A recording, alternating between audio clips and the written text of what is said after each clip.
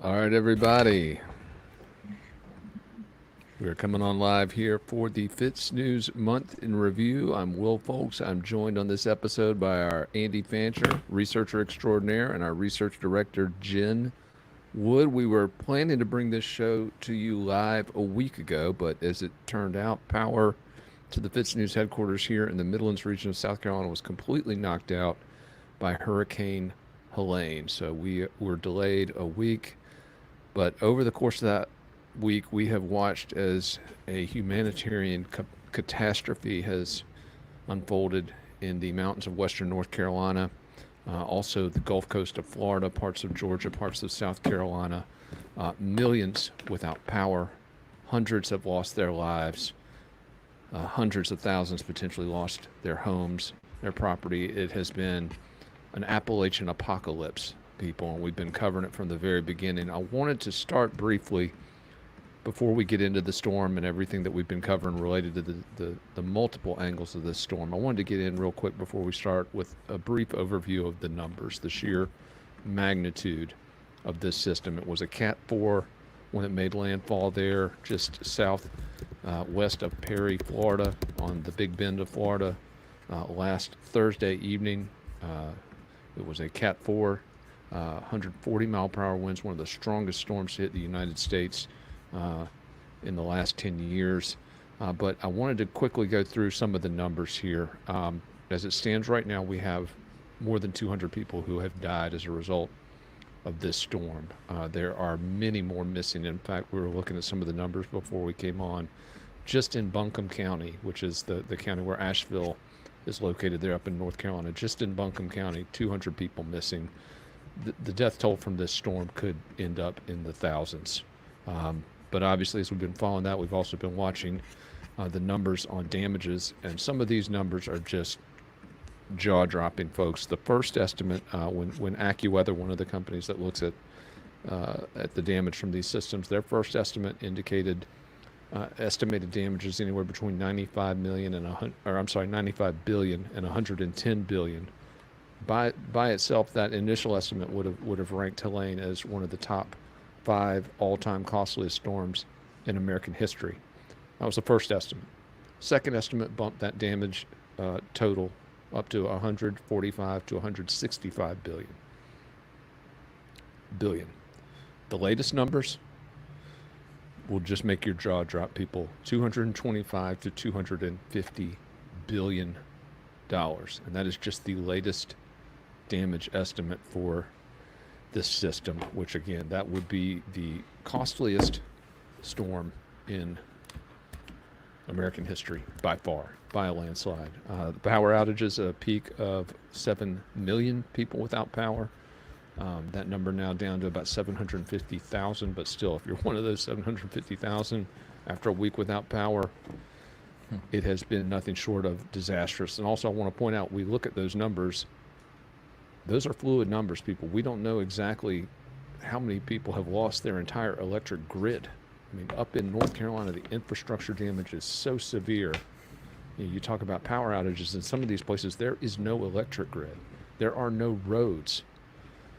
Again, a catastrophe of the first order. Real quick, before we dive into this, I wanted to give a couple names. A lot of folks have asked how they can help.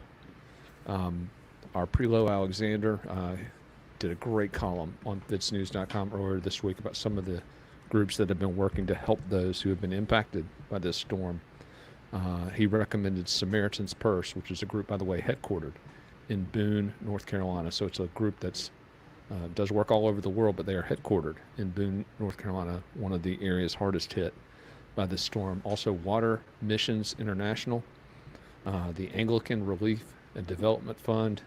There are a ton of good groups doing good work on this. Just make sure you check out any charity that you donate to before you send your money, so you can make sure that they've got a great pass-through rating, that they've got good credibility, so that you know that the money you're sending is going to go directly to those who need it. And by the way, rocking the Asheville tourist hat today in solidarity with the folks up there in Asheville. I'm telling you, people, Asheville, Black Mountain, Chimney Rock, Boone, just devastation, absolute devastation up there. And what's interesting about the storm, we talk about Western North Carolina, what it witnessed, what the Gulf Coast of Florida witnessed, but those, you know, the apocalyptic conditions we're seeing there, this storm was not a treat for South Carolina either. There was serious and significant damage here in South Carolina, and I wanted to turn it over now to Andy Fancher. Our Andy Fancher has been all over South Carolina. Went to Kershaw County, Lawrence County, Greenwood County, Greenville County, checking out the damage from this storm. Andy, walk us through some of what you've seen over the last couple days.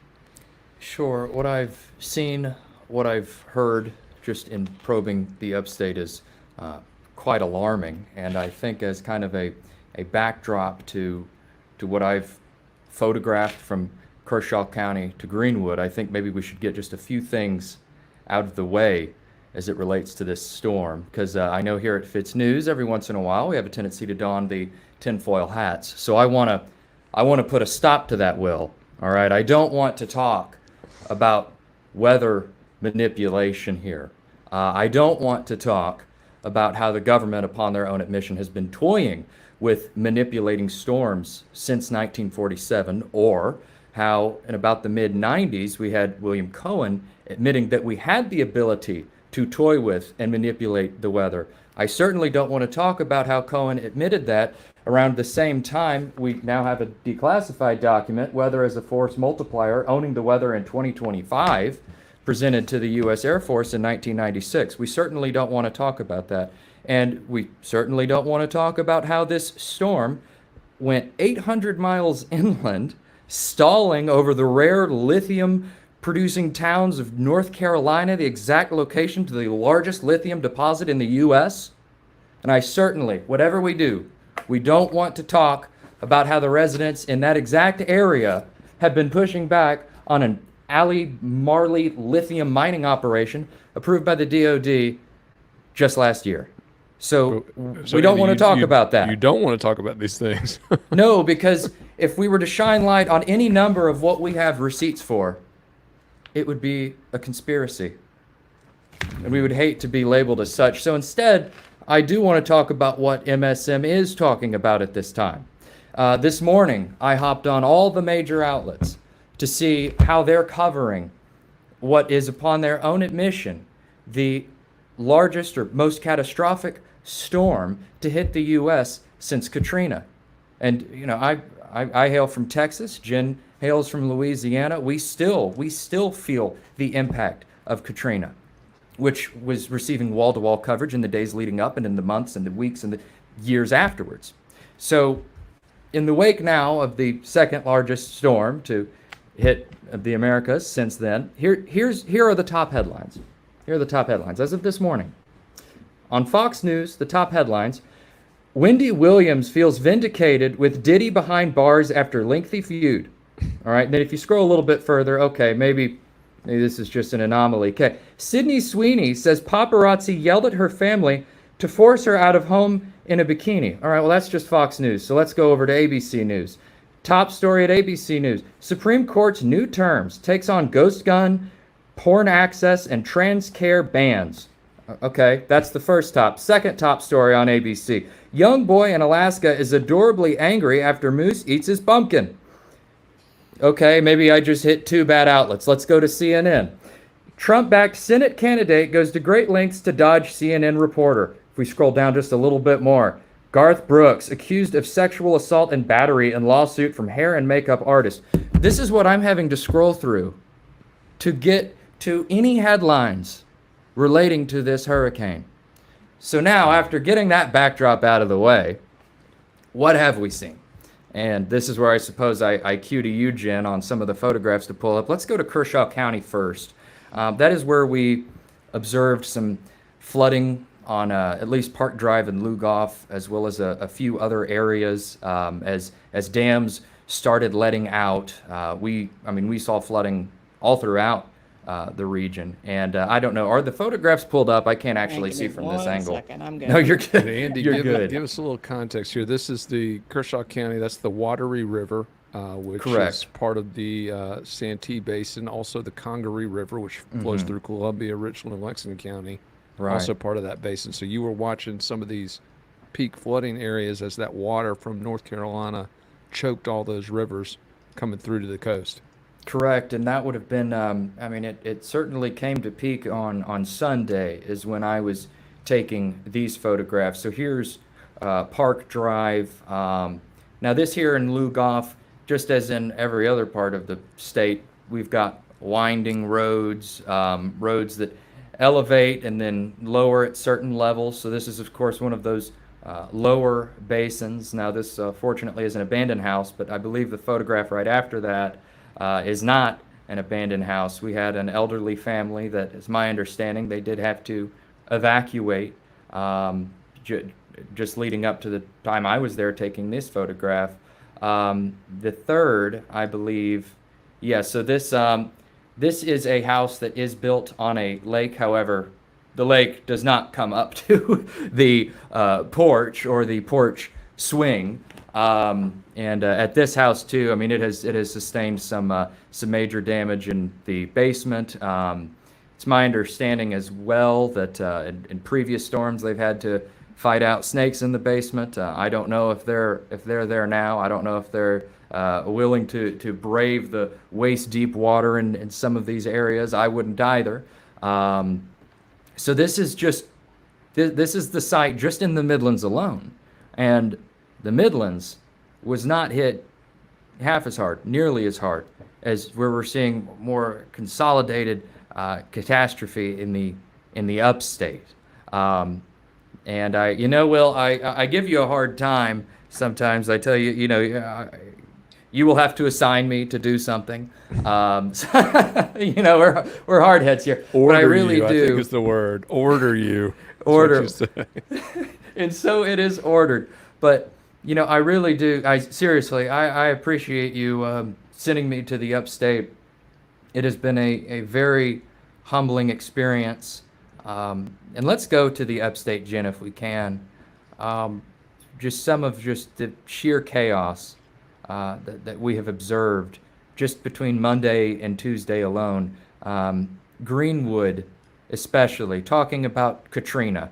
I mean, tell me this doesn't just give the look and feel of Hurricane Katrina, what we all remember from national headlines for decades. These are just various corners. I didn't note street specifically. I was just photographing as I drove along. Power lines completely down, entire neighborhoods without power. I was texting a friend this morning. They just now got power back. That's 7-8 days. It's my understanding that Greenwood is still primarily without power.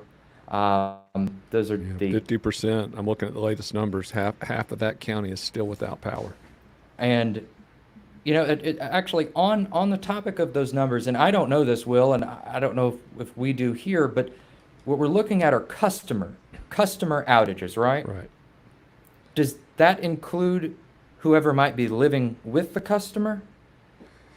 Man, I think it's like if you're talking about at my house where there's more kids than I can even count, that's a lot of souls, but one customer. So yeah. I think it's obviously the numbers of people impacted are going to be much higher than those customer numbers. Absolutely. Right. And right now, I mean, what are you've got the numbers up. What are they in South Carolina at this time? Yeah, South Carolina is way down, around 272,000 as of this morning. And again, this is 9 days after the worst of this.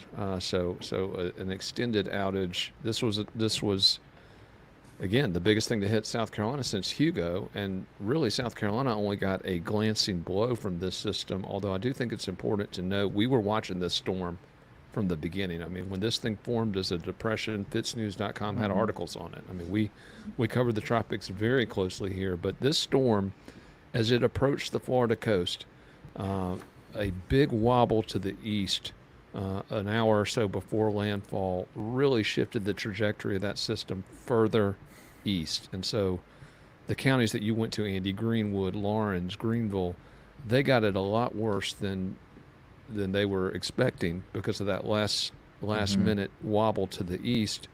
But still a lot of criticism of how the South Carolina emergency management folks have responded. Governor Henry McMaster has received a lot of criticism. His chief of staff got a heck of a lot of criticism for saying the day before that one county was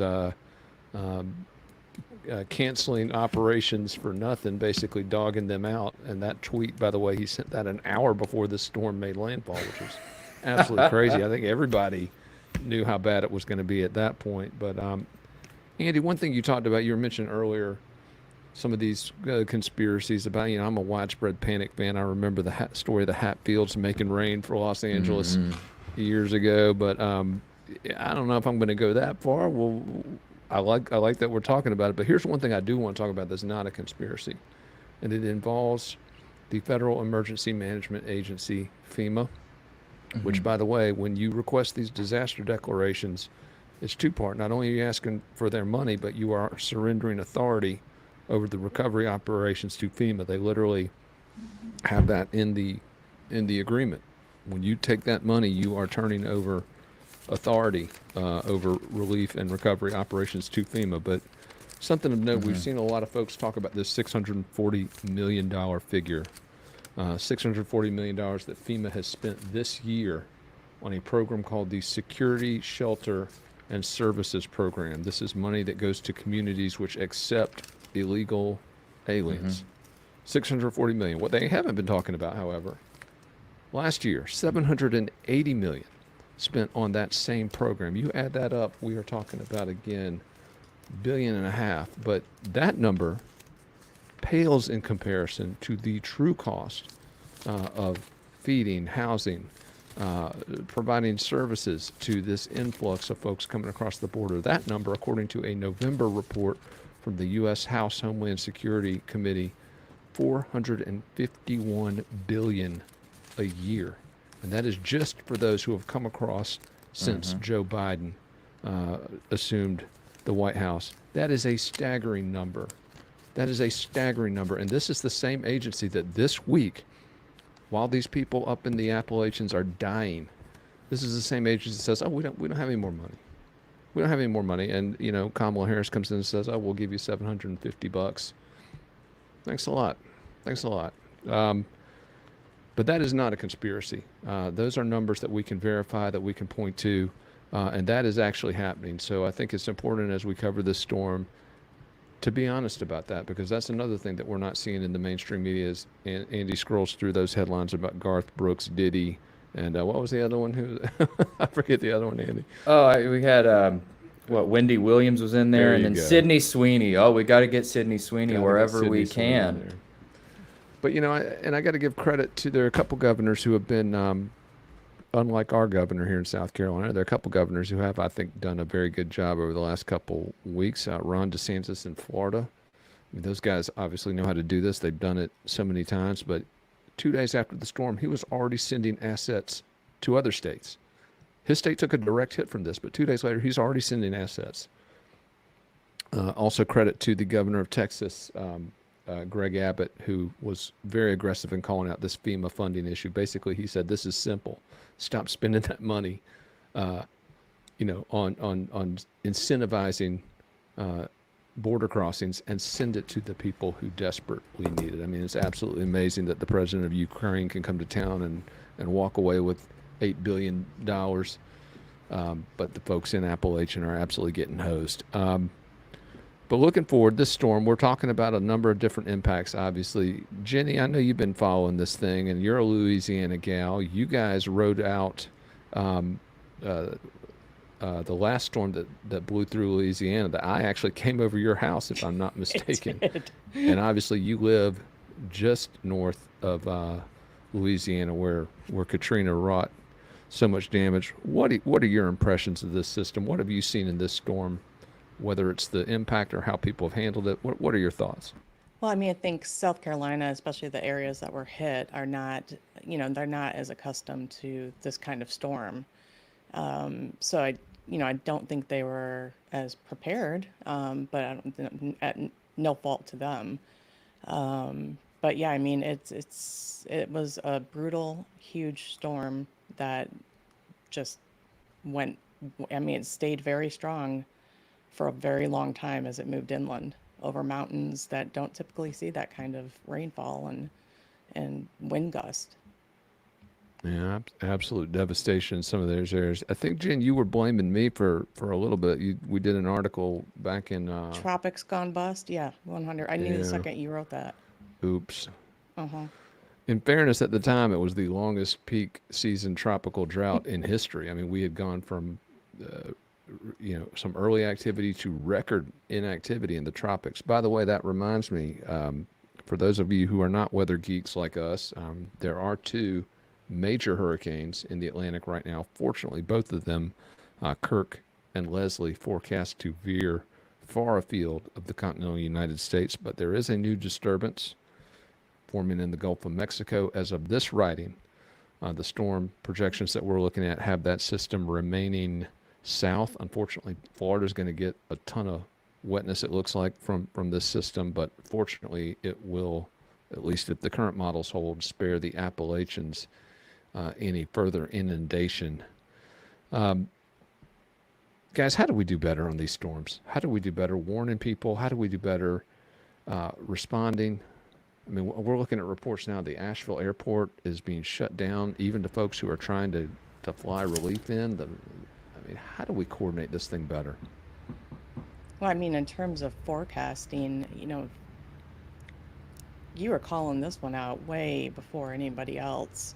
And I always, in terms of where we live, we do keep a close eye on the weather through hurricane season because we need to. And every time that we've had to evacuate, we did not realize we had to evacuate until the very last minute.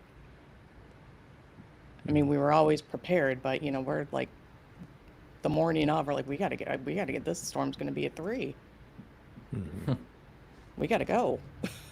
Well, and also just that horrific decision, you're told to shelter in place, and yet massive destruction is coming your way. Andy, what are your thoughts on this? You lived through a couple of these yourself. Right. I mean, I recall sitting through Hurricane Alex. Granted, by the time it hit Freeport, Texas, it certainly didn't resemble that of a hurricane. But I mean, even then, we rode out the storm. I remember barricading windows and, in fact, operating just a little single-engine boat next to a stop sign with street lines painted under me. So, we have seen damage, certainly not to this degree. So it would make sense that perhaps the feds don't know what to do. It's not often that they know what to do anyway. And then if they do know what to do, it's not often that they respond in a timely manner. So as it relates to FEMA, what I've heard, and I made a few calls this morning to sources in the upstate who have sources in North Carolina, because it's not like we have an extensive Rolodex out that way. So what we have seen is that North Carolina National Guard is flying helicopters overhead. I saw a report last night they had rescued some couple hundred people.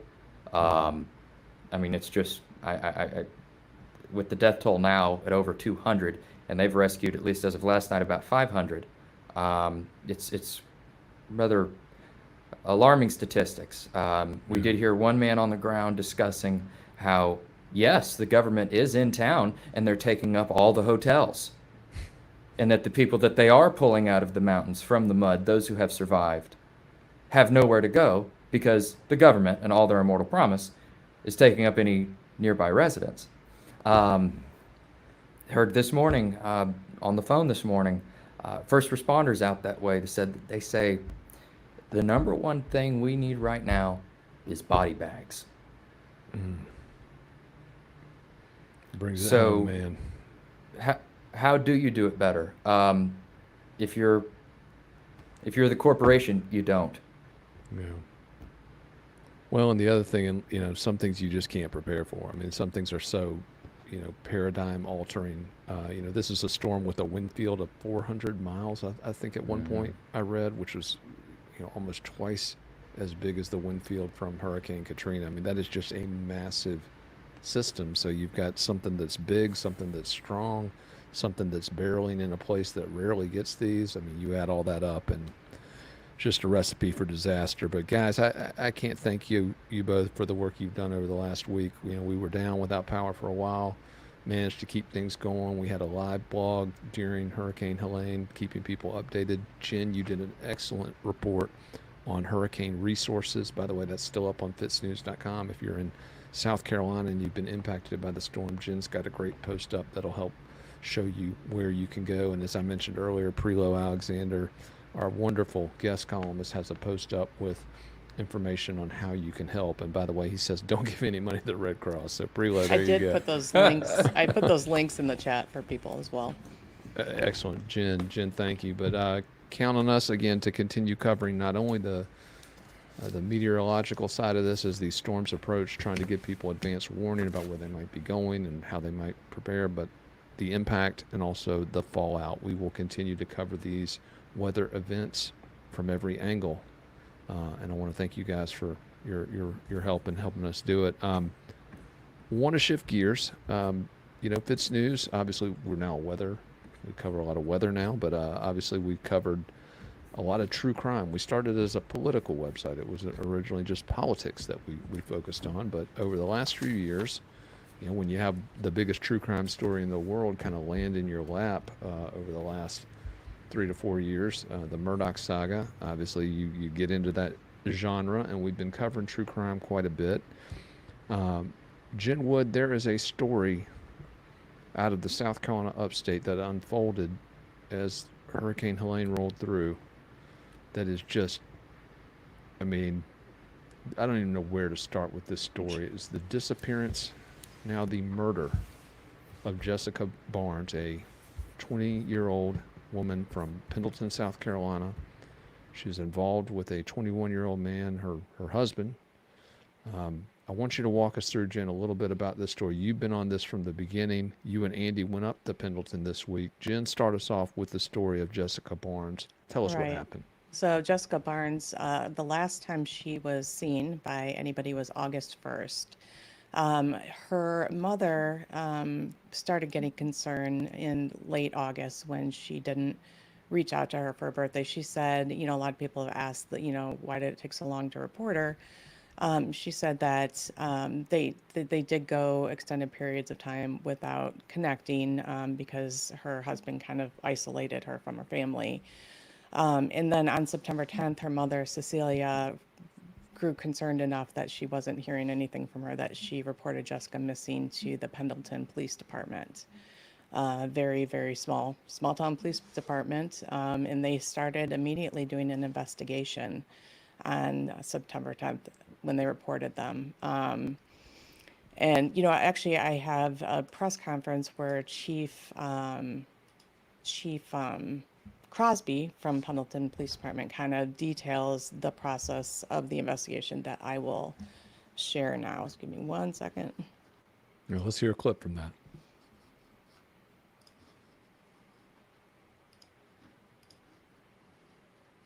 I love we're able to do these things now, by the way.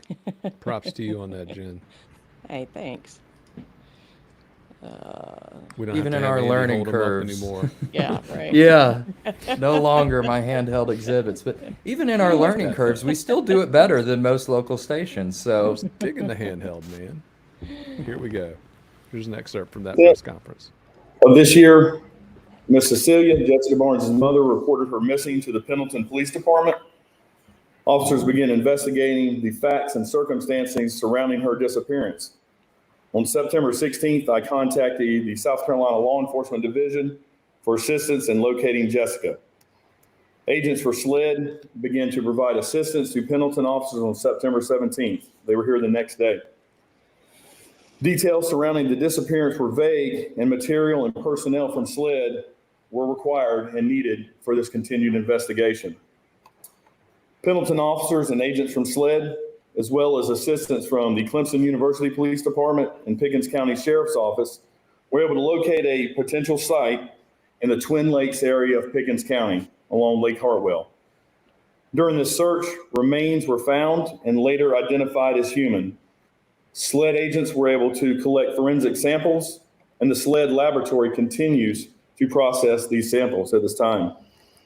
The Pickens County coroner was called to assist and provide recovery, assistance, and autopsy services in conjunction with the Anderson County Coroner's Office. Also, a forensic anthropologist from Clemson University helped identify the remains as human. The husband of the missing girl, Brandon Barnes, as well as the two roommates, Kendall Mims and Victoria Trippett, were then interviewed at this time. On October 1st, Pendleton officers and the Pickens County coroner were notified by a forensic odontologist that the remains were identified as Jessica Barnes. A forensic odontologist is someone that studies bones, specifically teeth, jaw structure, things like that. Officers from the Pendleton Police Department and agents from SLED brought Brandon Barnes and the two roommates, Kendall Mims and Victoria Trippett, to the Clemson Police Department to conduct interviews. After those interviews were conducted around 12 a.m. this morning, all three of those individuals were then arrested and charged by the Pendleton Police Department. The following charges were made this morning. Brandon Barnes for murder, Kendall Mims, accessory after the fact, obstruction of justice, and misprision of a felony, as well as Victoria Tippett for accessory after the fact, obstruction of justice, and misprision of a felony. And Andy, tell us the bond status on all three of these individuals.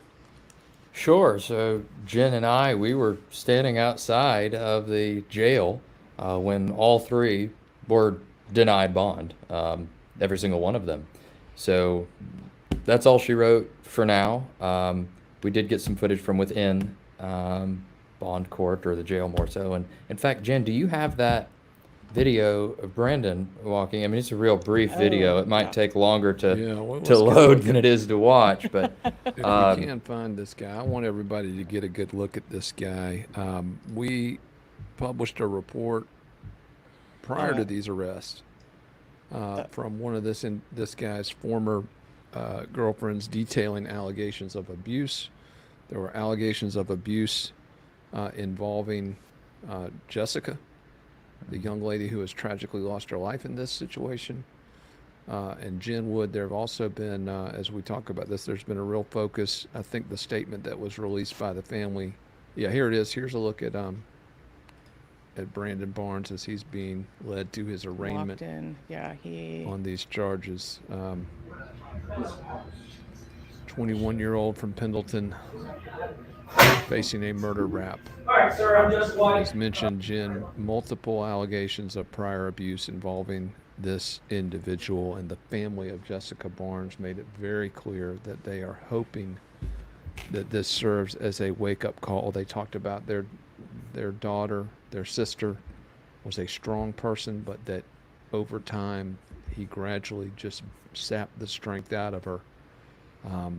Yeah, it's a very, very sad situation. And I think there's a lot of questions about, they were living in the pool house of one of the girls, Kendall Mims' grandfather, all together. And there's been a lot of questions about those relationships. And they are it's truly a bizarre situation. Well, he was married to one of the other women too, wasn't he? I mean, yeah, there was a marriage license taken out.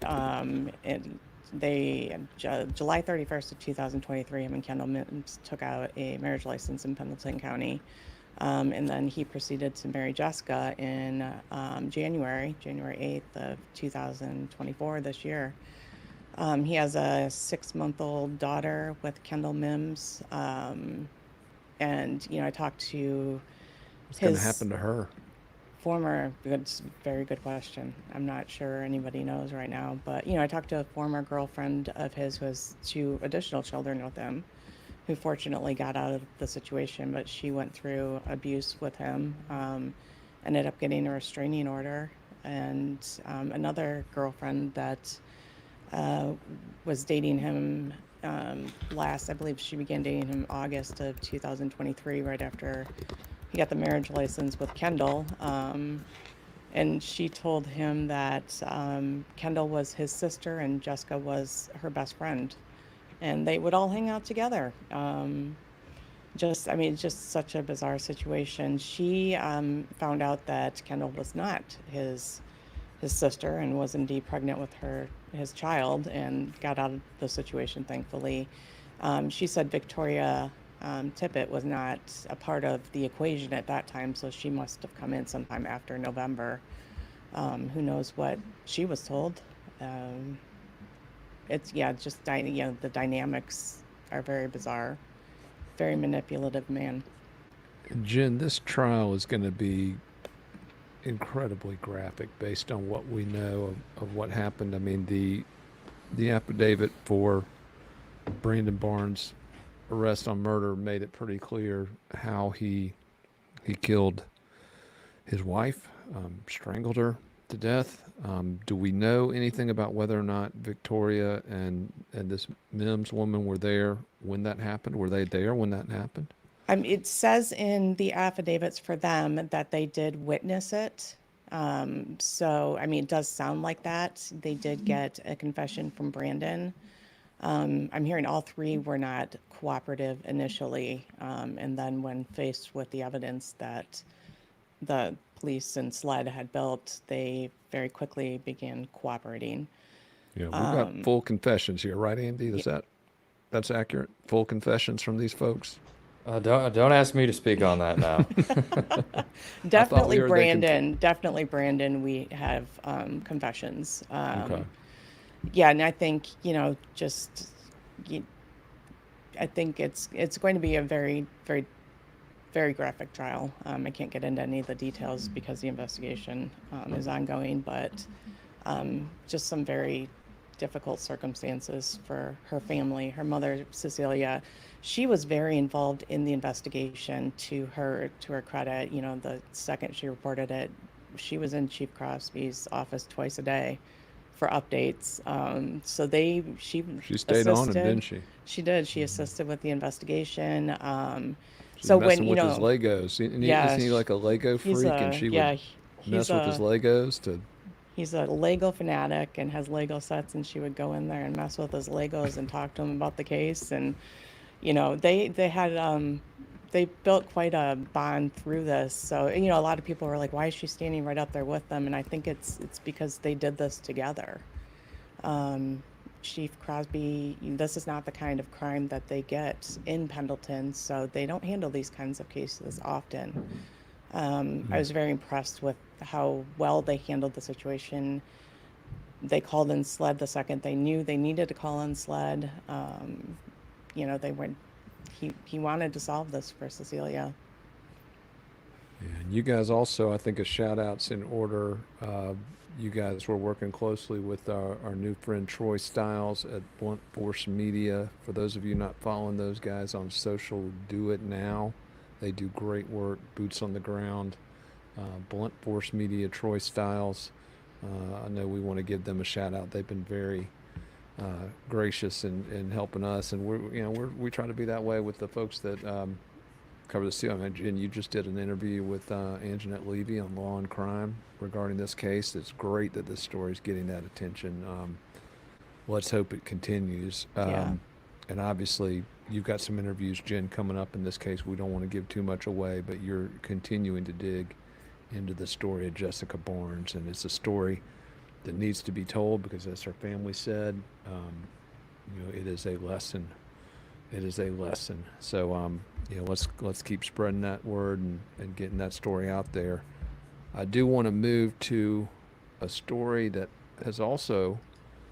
it's gotten some national attention. We covered it extensively when it first started breaking a few years back, but it is a story out of Aiken, South Carolina, involving a wealthy landowner with the most southern name you can imagine, Rhett Riviere. This is the Airbnb voyeurism scandal, folks. If you've ever stayed at an Airbnb, this is one you're going to want to pay attention to because it is one that will blow your mind. Although, Jen, you've got some interesting perspectives on this. We're going to get in a minute. Jen has an interesting view of Airbnbs and hidden cameras in Airbnbs. We're going to talk about it in a minute. I think people are going to get a kick out of Jen's view. But I want to start. Our Andy Fancher has been on this story from the beginning. He was in court this past month, as this saga unfolded in civil court. Andy, walk us through this story. Who is Rhett Riviere? Why is this story such a big deal? Well, once again, that was an ordered assignment. I remember telling Jen, I said, Jen, if he wants me to go to Aiken, South Carolina, he's going to have to tell me. And sure enough, you did. And sure enough, I have no complaints. I've even confided in some friends that this might be the biggest story in South Carolina that nobody's talking about. What we have is the grandson to a Ohio congressman, oil magnate, who was conveniently a member of multiple secret societies throughout the nation, a globalist who sold submarines to both Japan and the U.S. alike. That's just the grandfather. Was the son of the Harris, and she was a celebrity in her own right. She was one of few female pilots in World War II. Did multiple television appearances. There's Rhett Riviere there in trial. Multiple TV appearances throughout D.C. in the 50s. Ultimately marrying a man with a lot more money as well, a national financier who actually trained in military intelligence in World War II. This is Riviere's parents now. Mm-hmm. His growing up life was certainly that of a silver spoon. He was raised in a pink house on Easy Street in Aiken, literally. It is a sprawling mansion. He is one of two brothers, so he's got himself a sibling, and he's in fact the father of a world champion tennis player. I mean, we're talking The blue blood. Okay. wealth beyond comprehension, and that was made abundantly clear in the verdicts that we'll get to in just a moment. I mean, when I talk about fireworks in a courtroom, I've never seen it like that before. Usually, if you tell me it costs $4,000 to replace the wheels to a BMW, I feel that, but this money, truly, I mean, it is beyond our comprehension what we're dealing with here. So Rhett Riviere, 70-year-old Aikenite, with connections all across the country, multiple yachts across the.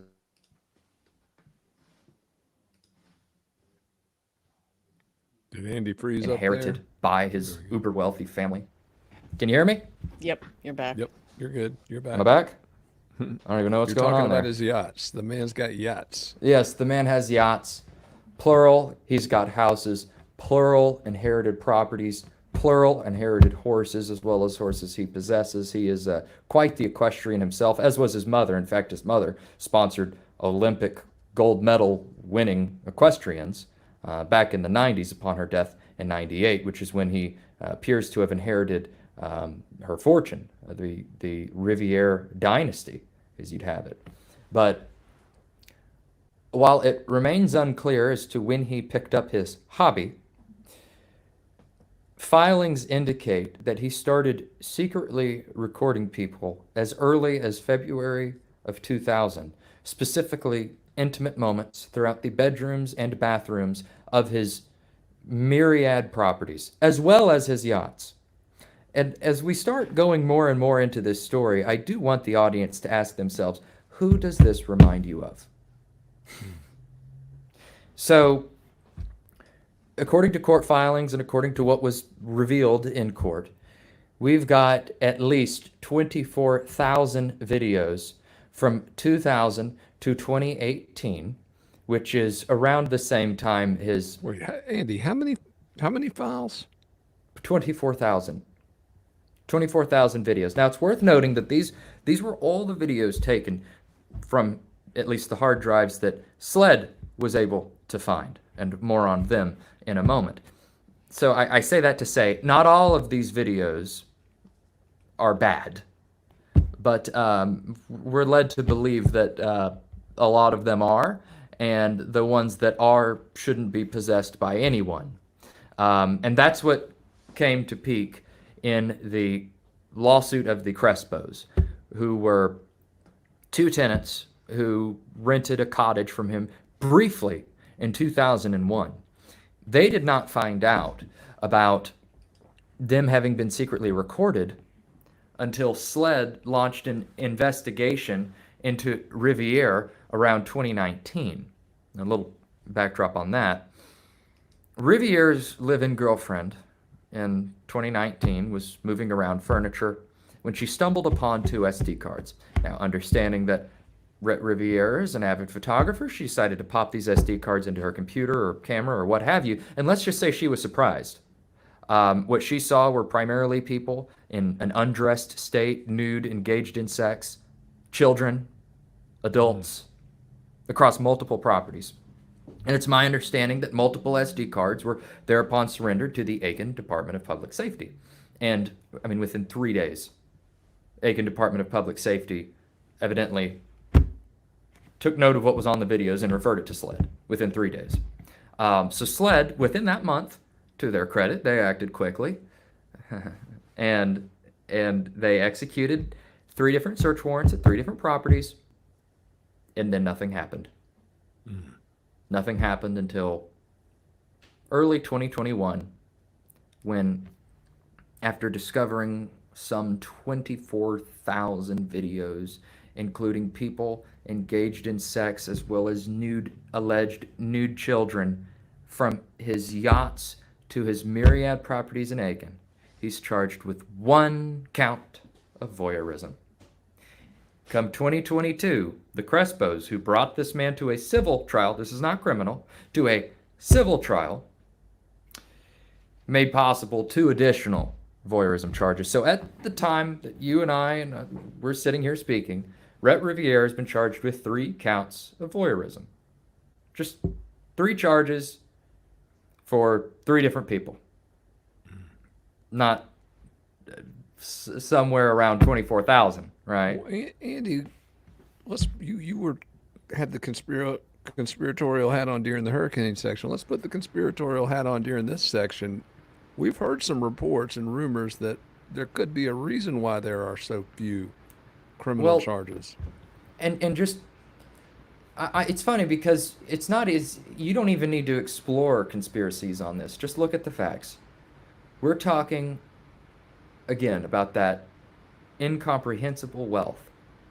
If you look at who he descends from, his grandfather hosted presidents at his properties. He is the descendant of the Winter Colony family. They and I'm by no means a historian on this topic, but it's my understanding that a series of elites back in the early 1900s went and founded some resort properties there in Aiken. We're talking about the Vanderbilts. I kid you not, the Vanderbilts were among that family. Riviere's family was among that family. So we're talking about a man who more or less owns Aiken. In fact, I've been scratching my head wondering, why is nobody responding to my calls? I didn't really start leaning in to media requests until after the verdict, because people are public servants serving the public. They have a tendency to hide behind the wall of, oh, well, it's pending litigation. So I waited. I waited until the litigation was no longer pending. After a $45 million verdict was ruled, all right, this man, Rhett Riviere, is now, as it is ordered, to pay $45 million in punitive and compensatory damages for Just to those 2 victims. just to those 2 victims alone, setting a precedent for the other civil lawsuits that have been lodged against him. I mean, how many did we count, Jen? Some 8, upwards of 8 lawsuits now accusing this man of voyeurism. Remember, only 3 criminal charges, the latest being in 2022. So I've put in 2 requests to Solicitor Bill Weeks, to this prominent socialite of Aiken, man who funds polo teams and has had Olympic gold medal winning horses in his last name. All right, the manager of a property trust in Aiken. I was so confused because evidently the jury decided that this was worth $45 million in damages, yet the 3 criminal charges against Riviere remain pending in the office of Solicitor Bill Weeks. All right, I've put in 2 requests to Bill Weeks, radio silence. I've put in 3 requests to SLED. Simple request, too. I'm not asking for anything exclusive. Can you give me some context on where we are on this investigation? We've got multiple court filings alleging that this man recorded children as well as people in sexual acts. Were these children in sexual acts with adults? I don't know, because nobody's saying anything. we finally put in a request to the Aiken Department of Public Safety. You know, the people who cited a conflict of interest when they referred this case to SLED within 3 business days? Actually, no, 3 days. It wasn't until, I could not let this sit. I just couldn't. So I kept probing the internet. I kept calling people and I kept probing. And finally, I uncovered something that was quite alarming. Jen, can we pull up exhibit number 1? Do you recognize anybody in this photo, Will? I see one of the officers in the blue shirts and the tie without the hat. Looks a lot like Rhett Riviere to me, but I have not seen this picture before. Is he an officer? So as we could see, he's standing next to several other uniformed members of Aiken, specifically the Aiken Volunteer Mounted Unit, founded around 2018. Now, this is what we can prove.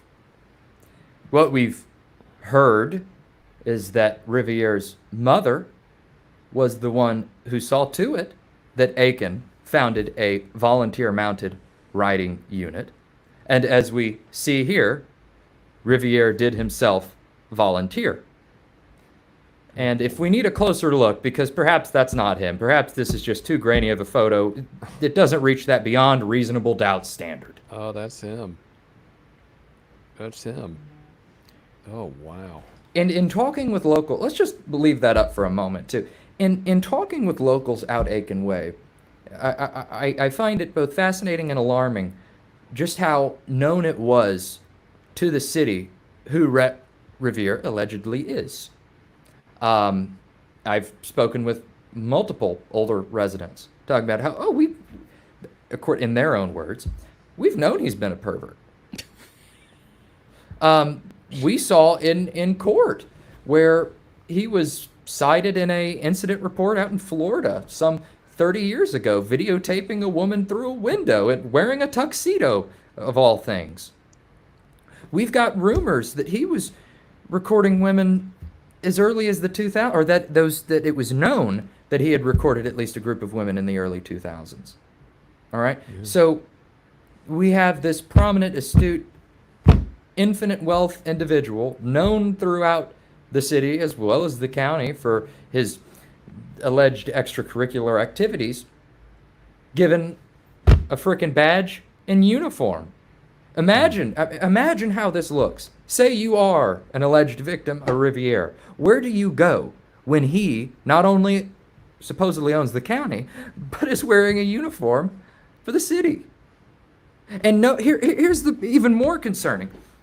Nobody's talking about this. We will give John Monk credit because he did report to the best of his abilities, primarily remotely, during this trial.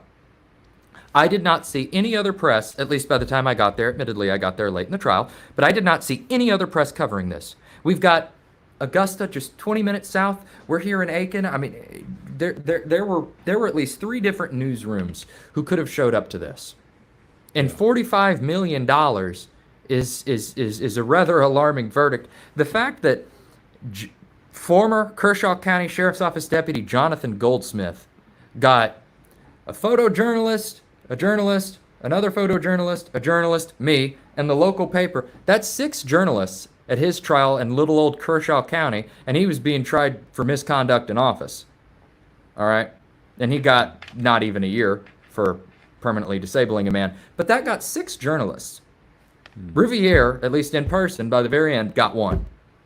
Well, Andy, they don't want to lose their Airbnb ads, man. They don't want Airbnb mad at them. Come on. So one thing I want to add about Airbnb, because it's very easy, and rightfully so, to get lost in the fact that this man was working with Airbnb. Because yes, I mean, we all use Airbnb. You don't know where the hidden cameras are in the event there are. I've looked at some of the alleged devices that he's purchased. I mean, they were, yeah, he had some good technology, allegedly. But it's worth noting that he was doing this long before Airbnb. If we've got recordings supposedly dating back to 2000, and Airbnb wasn't founded until like 2007, 2008. That's a great point. And he's hosting this no-tell hotel, at least what I'm told, that's what he called it on Facebook at one point in time. A come one, come all for his vast properties, deep in the woods, recorded. What does he have Well, and on the another powers good- that be? Well, and that's a huge question. But another good point, you were talking about his activity and his antics being known leading up to this law enforcement position he was gifted. But also, it's important to point out this is a guy, since all this became public, earlier this year up in Prosperity, South Carolina, there's a teenage girl felt some creeper behind her, kind of had that creeper radar going, felt some creeper behind her, turns around and sees Rhett Riviere standing there with a phone allegedly filming her backside. Reported him. They took some pictures. His car was seen leaving that store in Prosperity. So this is a guy who's allegedly still at it, even though he's facing all of these civil and criminal, I'll be able to say this at some point, civil and criminal consequences. But just an unbelievable story. Andy, one thing I do want to point out, you were calling out Bill Weeks a minute ago, and I do want to point out to our audience, if that name sounds familiar, it should. Bill Weeks is the prosecutor who gave accused teen rapist Bowen Turner that sweetheart plea deal that began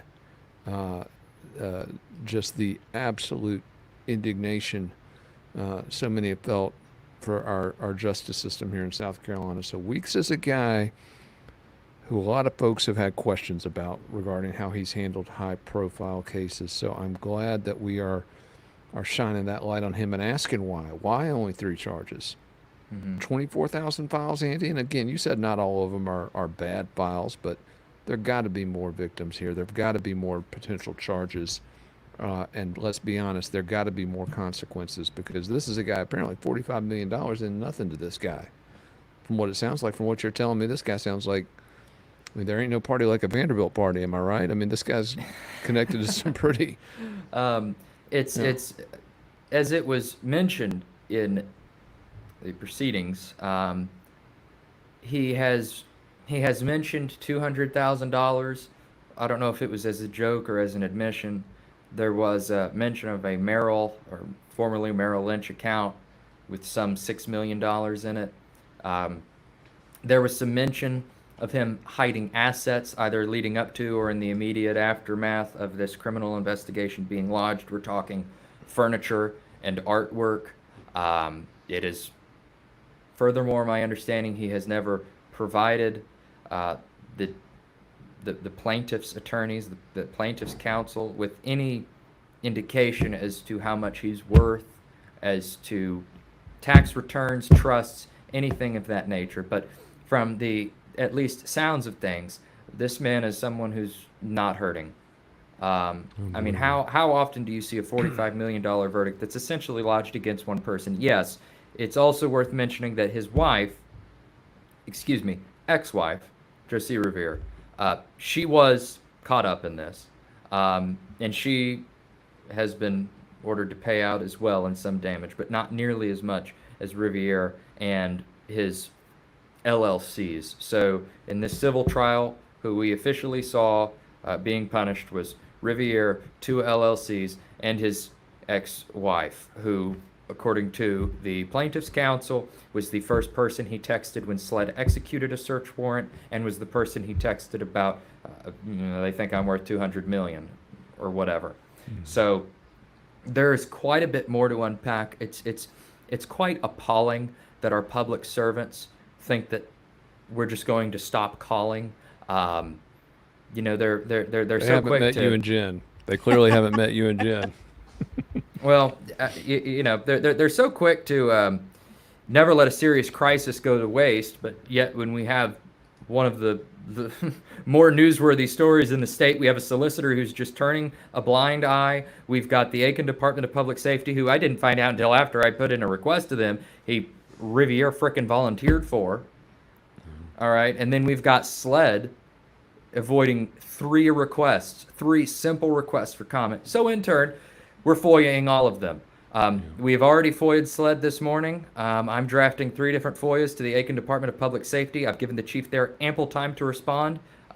He likely would not give me as much time as I've given him to respond if the tides were turned. So I've got no reservations here. We're talking alleged children by the hundreds recorded on these videos, somebody needs to do something about it. And if it's not the public servants, and if it's not the fourth pillar of democracy, why not FITSNews? You're damn right on that. And again, you just hit the nose on it. All of that institutional lethargy. But the biggest issue here is the mainstream press taking a complete pass on it, hitting the snooze button on this story. Andy, I'm so glad you went there. So glad you went to all those places in South Carolina that were hurting this week. Jen Wood, can't thank you and Andy enough for going up to Pendleton, South Carolina this week to cover that horrific story involving Jessica Barnes. Really looking forward to digging into that one as it continues to unfold. But we're coming up on the end of the show here. I just, as we close real quick, I want to go back to where we started. I want to remind everybody of the suffering that's taking place in Asheville, all around those inundated areas of western North Carolina, parts of Georgia, South Carolina, and let's not forget the absolute destruction that also occurred down on the Gulf Coast. So many people have been impacted in so many ways by this storm forever. It has forever changed not only the Southeast, but this country. Let's all try and do our best to make sure that it changes for the good. And that starts with accountability. That starts with getting the truth out there. Hopefully we're going to be able to send some assets up there to western North Carolina in the not too distant future. But I want to thank all you guys for supporting what we do. If you haven't already, it's only $8 a month. Subscribing to FITSNews. It empowers everything that we do here, all of this investigatory work and holding these folks accountable.